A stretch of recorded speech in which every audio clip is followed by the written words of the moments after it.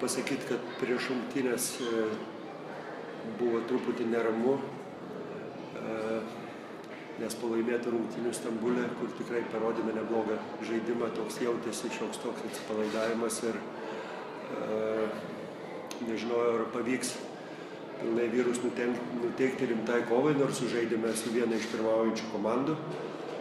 Ir labai džiaugiuosi, kad vyrai suprato, kad trumpas džiaugsmas po vienos pergalės negali tęstis, nes profesionalų darbas toks, kad vėl rungtynės laukia ir bet koks pralošimas paskui tą prieš tai buvusią pergalę tikrai labai pajuodina. Dėl to ir sveikinu vyrus, kurie tikrai parodė šiandien ir energiją, ir norą kautis, suprato, ko norime šitose rungtynėse ir tą viską įvykdė.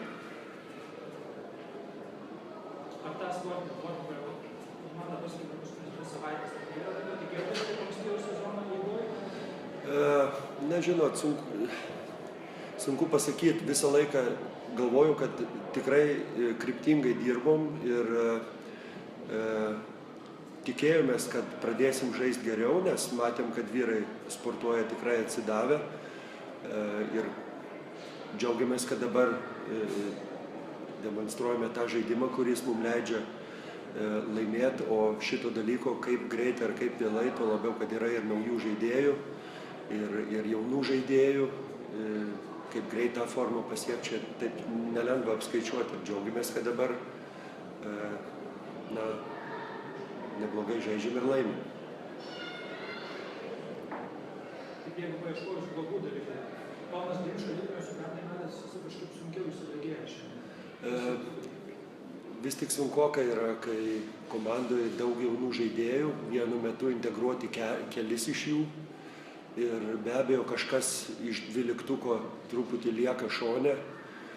Ir vis tiek labai gerai, kad kiekvienas žaidėjas tokios rungtynėse gauna pažaisti, nes rezultatas yra tikrai užtikrintas. Nes taip gaunasi, kad jie tik tai treniruotųsi, o žaistų kiti. Ir dabar labai smagu, kad mes visi 12 galim gauti žaidybinio laiko. Šiandieną berods buvo Tomas vienintelis, kuris žaidė truputį mažiau negu 10 minučių, visi kiti daugiau negu 10.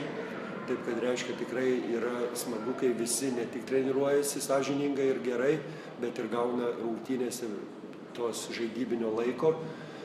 Ir aš galvoju, kad kiekvienas žaidėjas mums yra labai reikalingas ir neaišku, kaip mes toliau tą formą laikysim ir vienam galbūt kažkur tai nežaidžiant gerai bus jau kitas, kuris bus apžaistas, dalyvavęs rungtynėse ir galės bet kurį pakeisti ir tai yra smagu.